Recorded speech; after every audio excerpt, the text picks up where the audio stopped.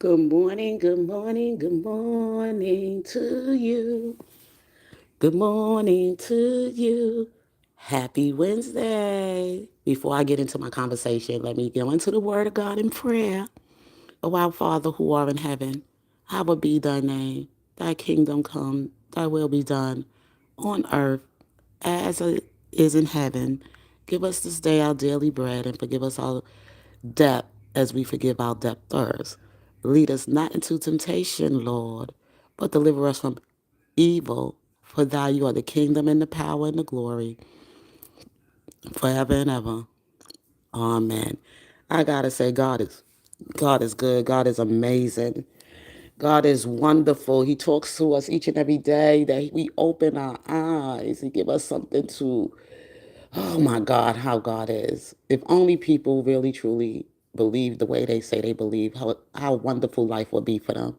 They don't have to complain about these idiots. You will find the devil creeping around, looking for where he can go and devour. Hold on, I'm cooking, y'all. A lot of people are curious about the status of P. Diddy. Status of what? P. Diddy. Diddy. Puppy. The status of Puppy. What do you make of that situation? A lot of people are. Okay, so now he has cognitive dissonance, meaning he doesn't remember a lot of stuff. He's cognitively declining.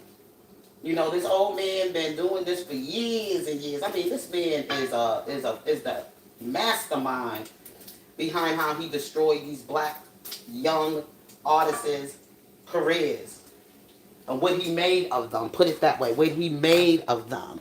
You know, like it's sad that they sitting up there talking about when you talk about the stuff around Diddy and everybody coming so hard on Diddy, which I'm really not. I mean, Diddy deserved some punishment for the things that he should have known better to do. Yes, he should have, because once you start having a life when you got children and because he dragged a whole lot more innocent lives into this than just himself. This is what I'm saying. It comes a time when you just gotta put certain things away and concentrate on get what you gotta do for them to get them ahead.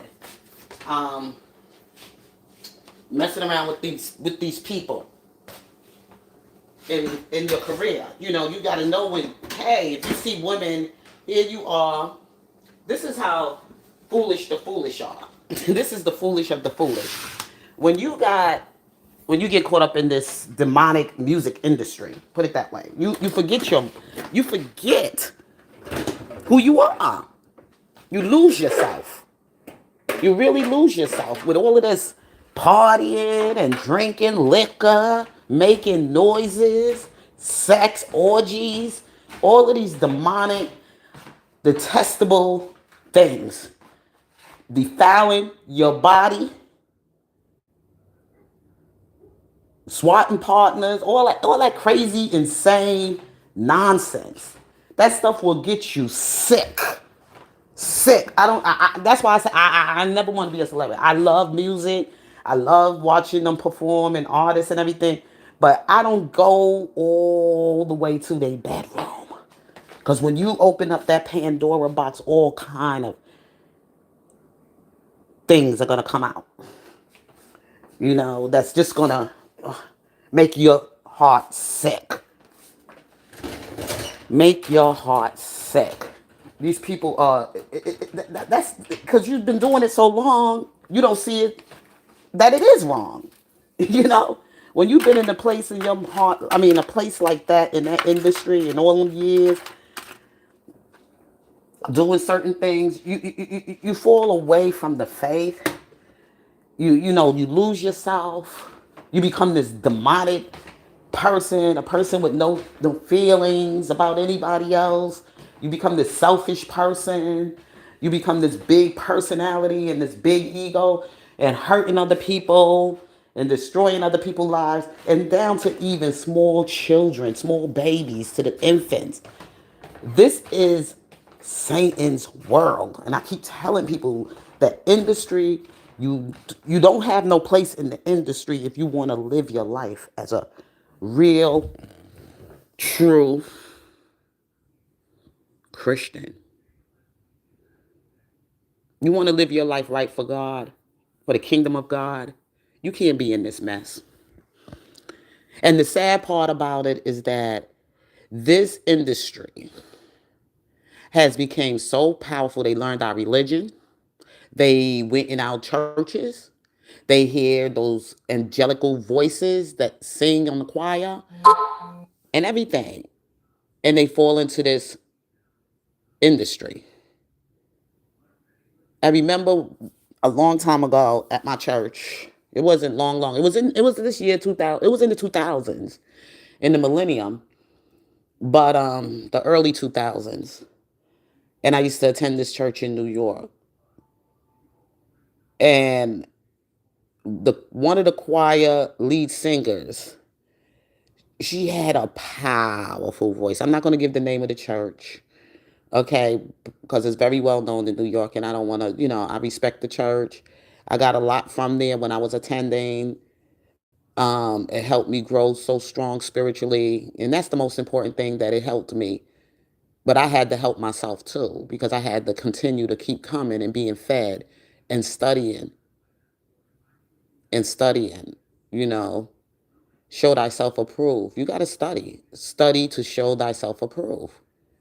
You just can't just go out there because other people are saying it. You have to read that word for yourself. So, anyway, it was a choir lead singer in this church that I was attending in New York. The lead singer was scouted out by a music company or whatever. They wanted to have them sing, gospel music.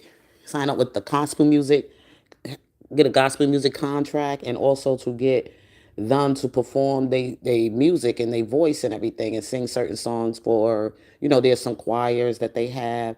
They get people with the best voices from churches and everything, and they have this choir. You'll see these choirs in places like at the White House with the elites. Or somebody died, they'll bring this choir. If they was a church black, they came up in the black church or whatever, and they need to hear a nice good song or hymn that the church can sing, they'll get these choirs. But anyway, they wanted her to be part of this. So she went to the pastor, talked to the pastor about it first before she made any decision. Pastor said, I wouldn't recommend that. But if you want to do it,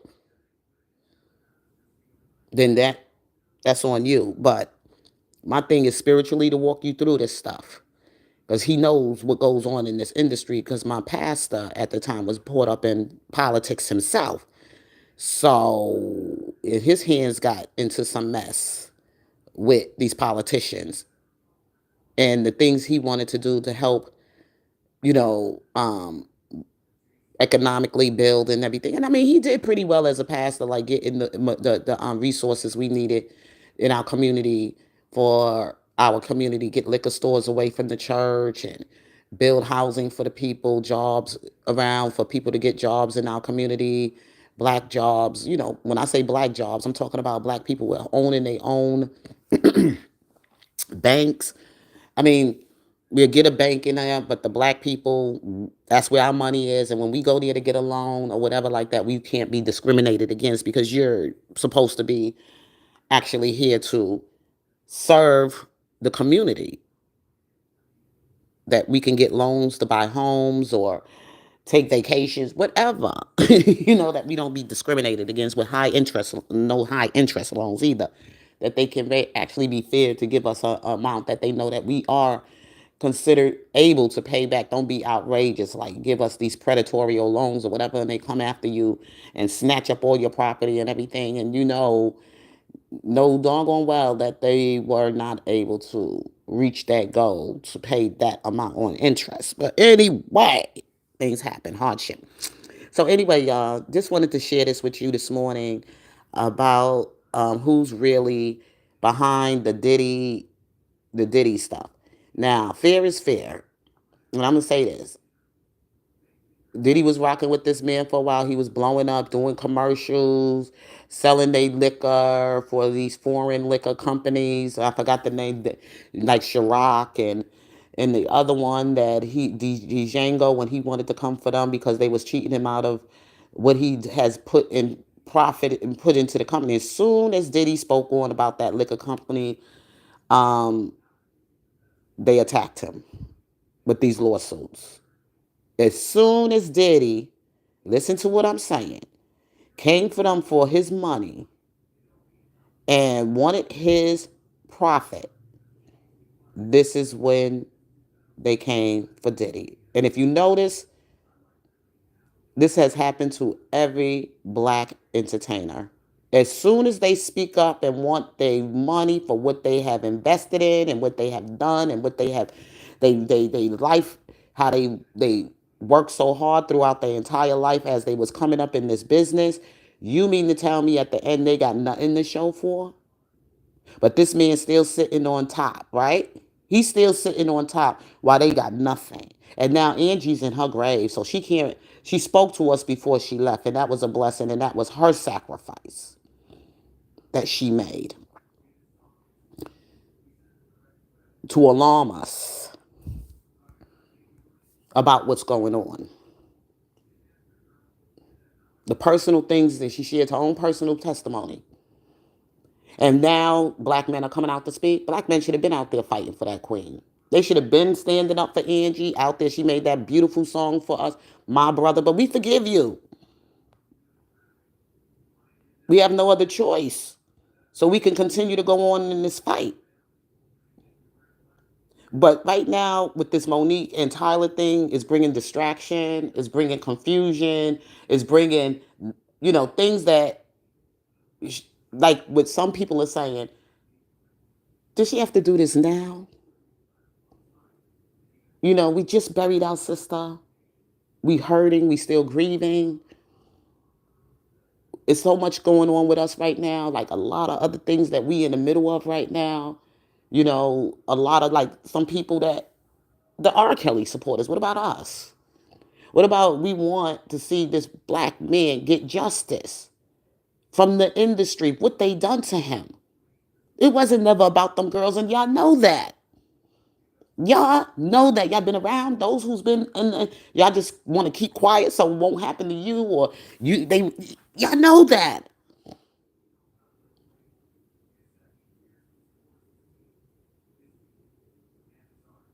That man shouldn't be sitting behind them bars like that. And we should have handled this a long time ago. Instead of handing him over to the white man's prison and making him a slave, and they owning his money and his rights to his music and everything, his work. To R. Kelly, is not about the money, really. It's about the love for his people.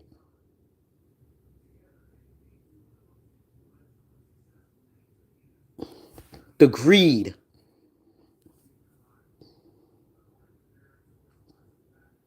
That man has been crying through his songs throughout his whole career.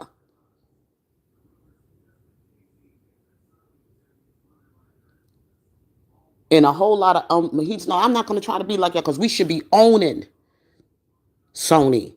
We should be owning UMG. We should be owning with all the black lives that was, in the music industry that made the money. And R. Kelly, when you listen to it, you can take that song in so many different directions, residues. You could take that song in so many different directions of people that's being treated wrong.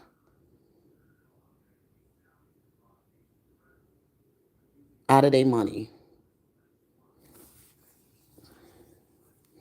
And how when you want to speak up and question your money, you go into jail or you end up dead or silent somewhere.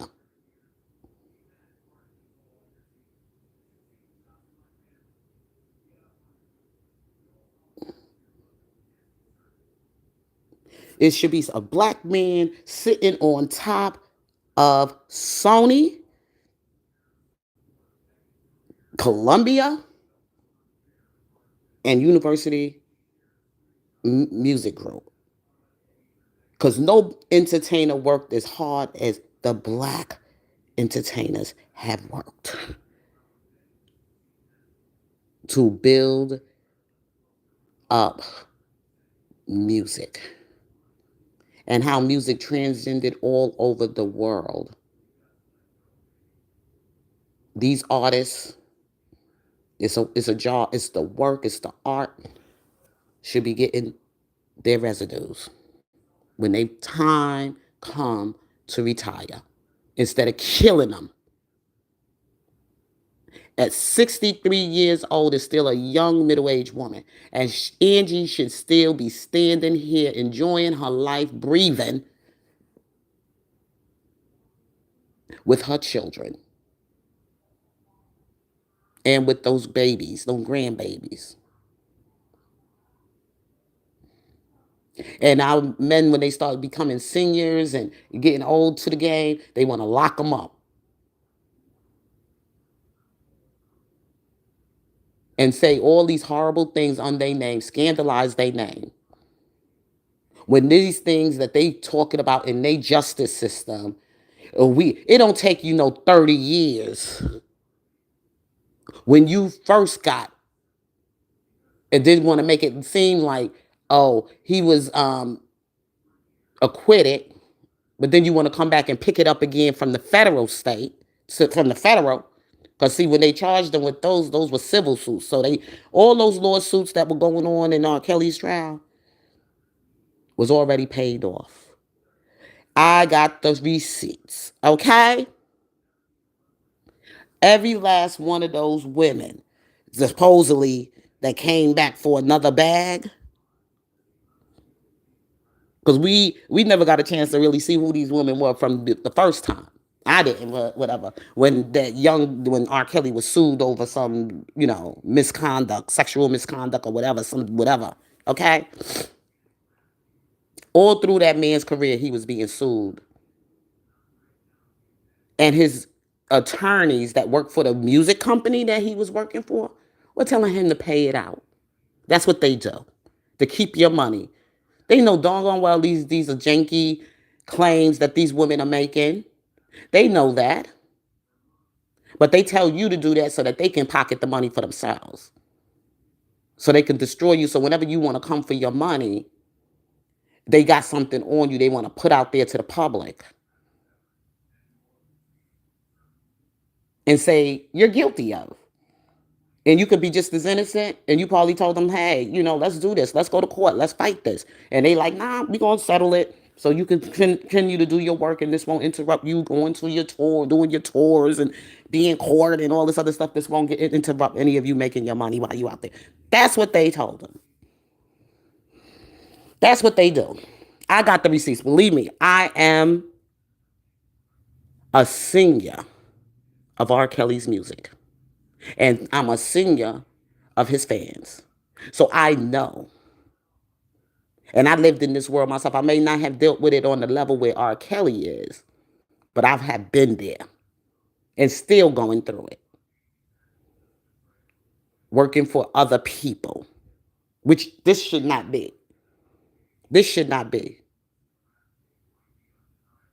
All my life, I feel like a slave. And I can't be comfortable and be right who I am in my soul, in my spirit. Telling me I can't wear this and coming to me I can't wear that to work. Especially when it's something decent. It's not provocative, it's nothing, but oh, well, we got to wear, come on. Long as it's professional.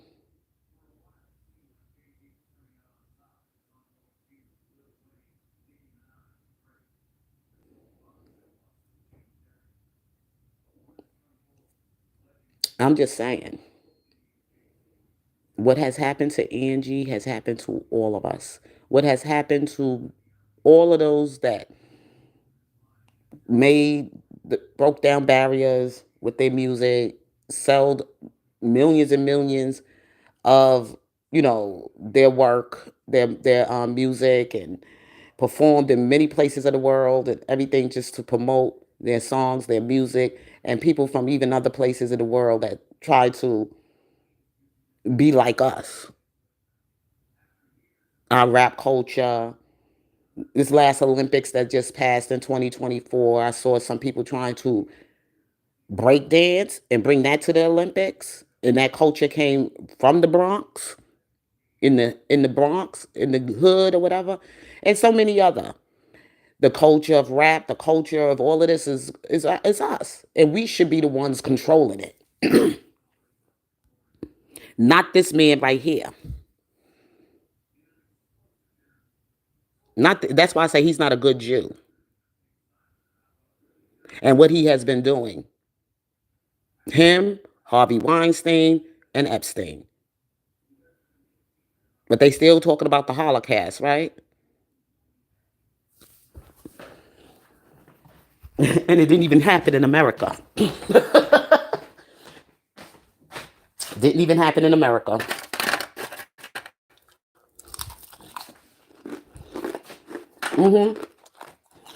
But we didn't get our reparations. No, no. I'm just saying, y'all. Don't be fooled by all the hype with Diddy. And if anybody, Diddy and them should be punished in our courts of the justice system, not theirs. We should have our own court for our own people when they break the law, and we should police our own neighborhoods, and we should have our own schools. They want to revoke the segregation law, so give us our own. Like I said, our own banks, our own schools. We could do our own Black history. Give everything to us our own. Our own music company, our own Black Hollywood. Oh yeah. We should have our own. These people should not be in control of our music. People like Clyde Davis. Now he trying to act like a senile old man. And he don't remember Diddy.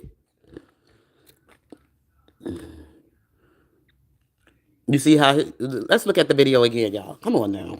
Curious about the status of P. Diddy. Status of what? P. Diddy. Diddy. Puppy. The status of puppy.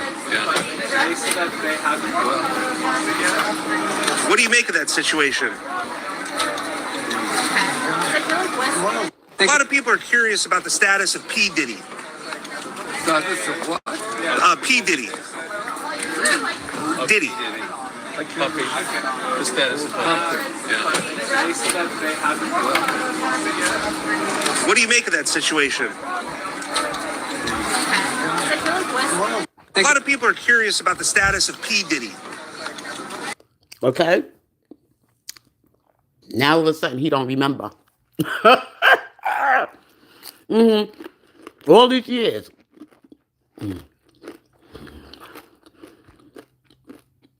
All these years. This man been getting away with it. He's been doing it for years. Him, Harvey Weinstein, and Jeffrey Epstein. And I don't think Jeffrey Epstein is dead. I don't. They know how to cover up for their people. But not us. We get on there and we be the bloodthirsty crowd to take our people and put them in jail and sell them over to the chain. It's just like how slavery went. You know, that he went, the white men that had to go to Africa, and all the places. Who else will know how to navigate through those places in Africa to get those slaves at that time. Their own people.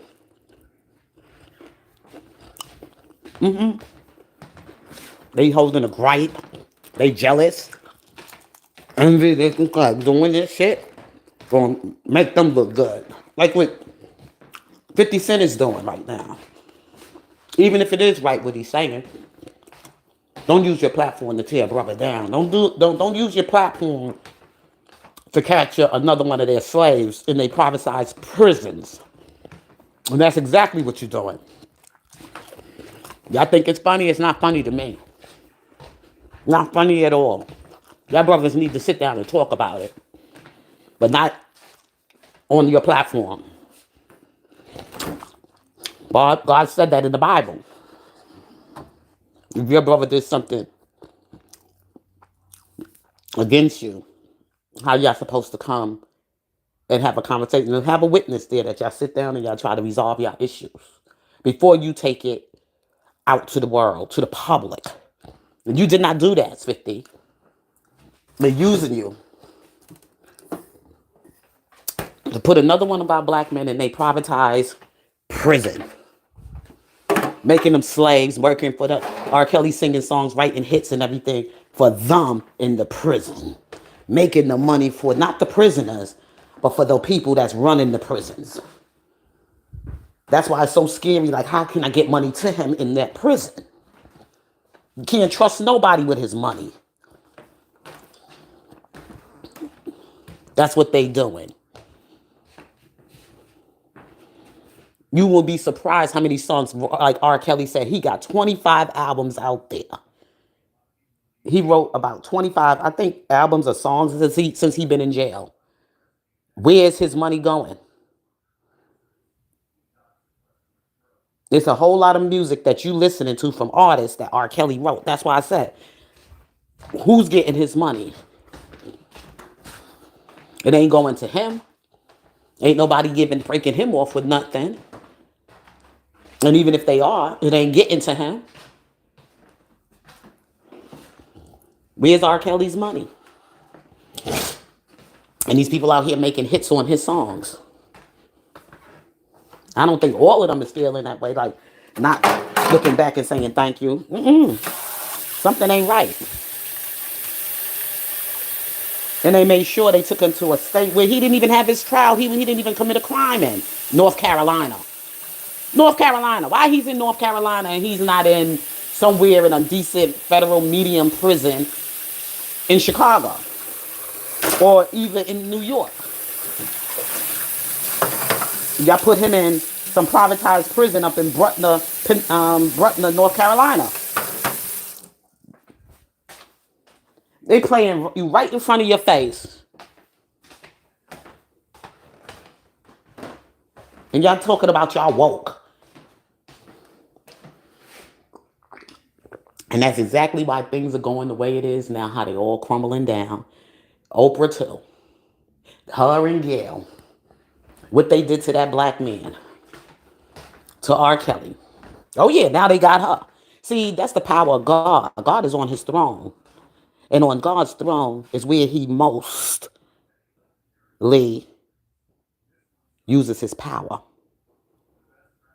Are you going to get on the right side with Jesus, or are you going to stay there and run with Satan in this world of doing wrong to your brothers and your sisters and your children, starving your children? Fathers, are you feeding your kids?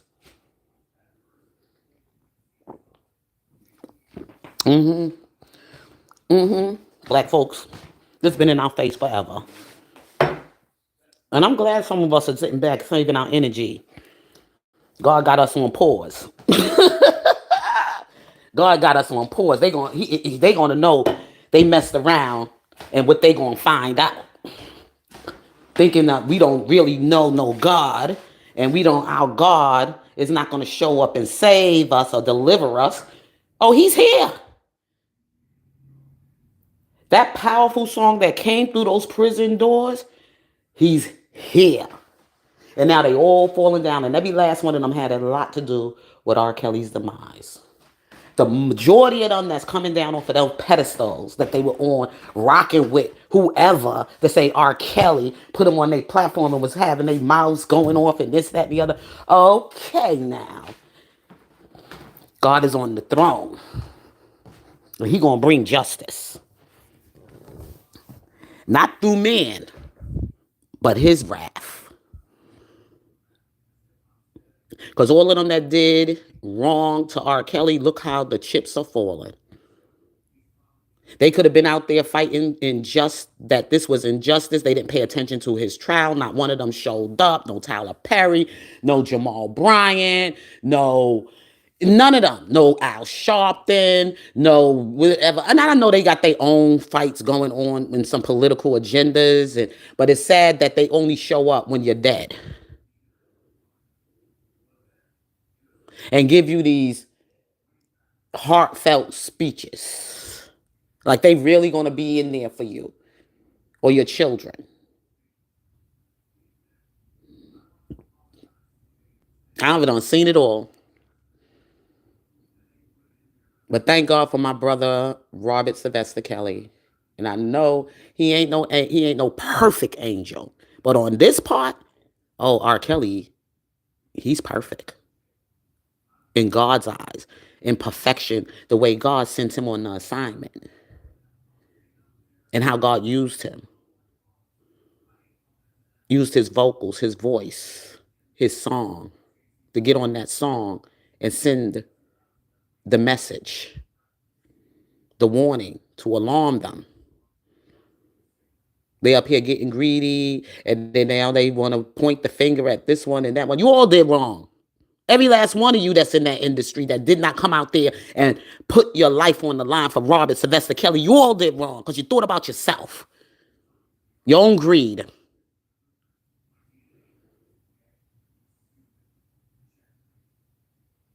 And it's the little people like myself and the fans, the real fans that were rocking with him, that was going to protest for him out in the street of Chicago, going to his trials. Some of them missing that days on their job just so that they are getting money, whatever, just so that they can be there to hear what's going on behind the doors of that courthouse. And come back and let us know what's going on. That's why he started off saying, I want to thank my fans for being before I go on and say anything, let me thank my fans. All the stuff that some of his fans that y'all call us crazy and called us pedophile lovers, we fighting out there for you too. Because you're going to be next.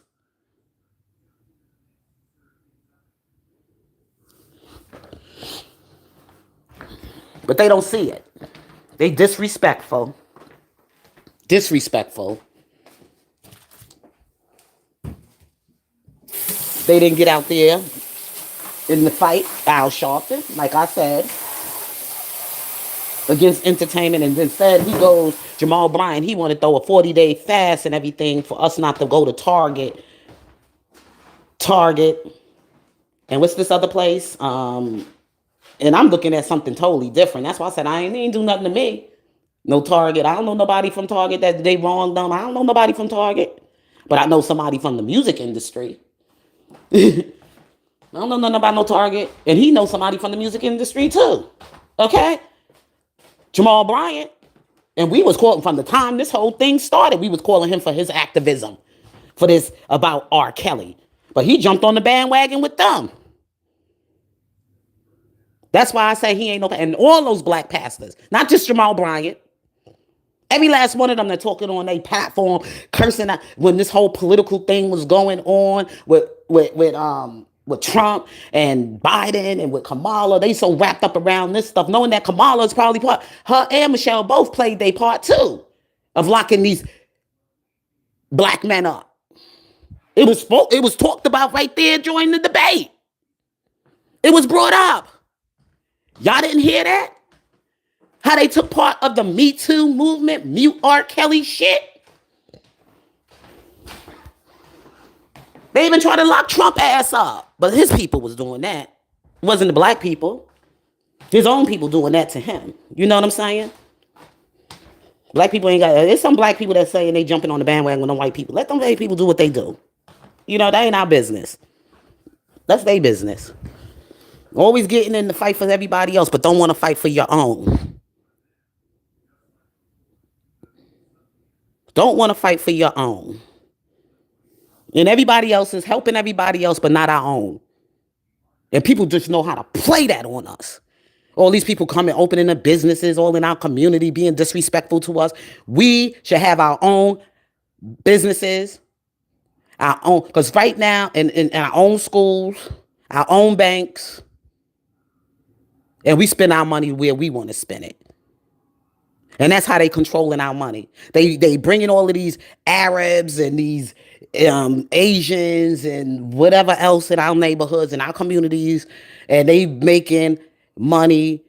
We spending our money in their business, our nail salons, and we go on, even in some of our hair stores. And it shouldn't be. That should belong to us. We should be doing that.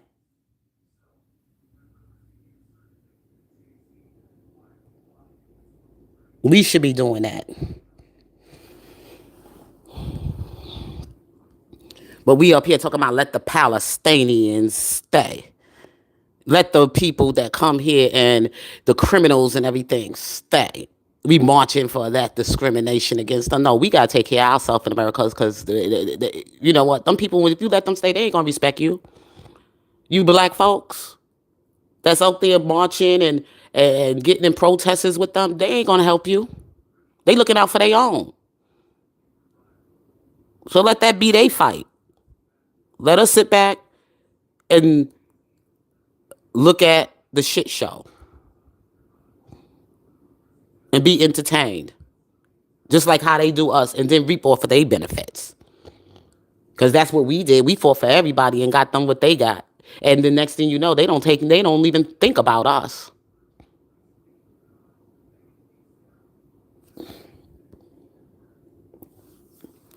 Because I'm pissed off.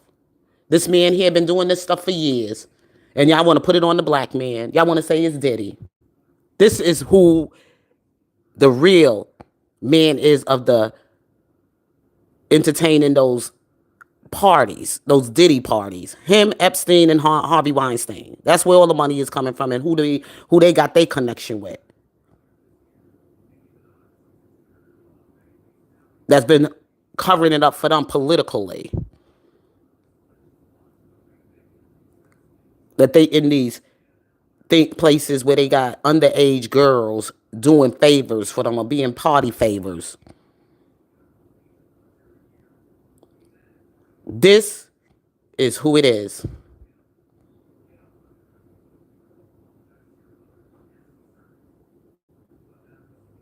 And they trying to put it on the black man. They trying to say Snoopy, not Snoopy, I'm sorry. They trying to say Diddy and R. Kelly and JayZ are messing with minors and doing all this with little girls and sex trafficking. And no, they're not. I mean, they around it, of course, they around it, but it's like it's going on and they know it's going on, and they should have got out of there, yes, but hey, you know what I'm saying? That it is what it is, y'all. But they not the ones that should be behind bars. They not the one who should be all over social media called pedophiles and be the face of pedophiles. You got to put their mirror right back in front of them. Because this is who they are. This is who they are. Now, dare any white person get out here and say, call my brother's a pedophile. You need to check what's going on in your house. Because this is who they are, and this is who he is. He's a pedophile. He's a gay, bisexual man. He destroyed his own family when he came out of the closet. And he likes young black boys. Men. Young black men. I ain't say boys, but men. Children too. And he put on Aretha Franklin dress, dressed in drag and everything, talking about how he loved black women and all this other crazy stuff. We could go on and on about the things that this man has done over the years to the Black Lives in Entertainment. This is Satan right here, y'all.